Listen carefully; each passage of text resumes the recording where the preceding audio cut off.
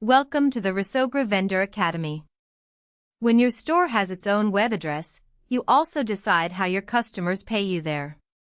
In this quick guide, I'll show you the payment options on your standalone store. Let buyers pay by card online, let them pay in person at pickup, or both.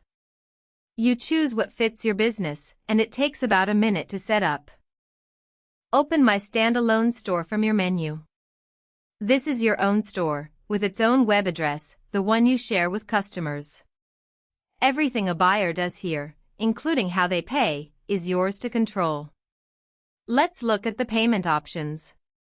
Here is the Payment Options panel. It decides which payment methods your customers can use at checkout on your own store. Turn on the ones you want, and turn off the ones you don't. You can offer one method or both. The first option is Accept Card Payment Online. When it's on, buyers pay by card at checkout and Stripe processes it securely. The money is transferred to you after the order is completed. This is the fastest way to get paid. The second option is Accept Pay at Pickup. Buyers place the order online but pay you in person when they come to collect it. The order shows as unpaid in your live orders until they pay. This is great for local pickup and cash sales. When your choices look right, click Save Payment Options. That's it.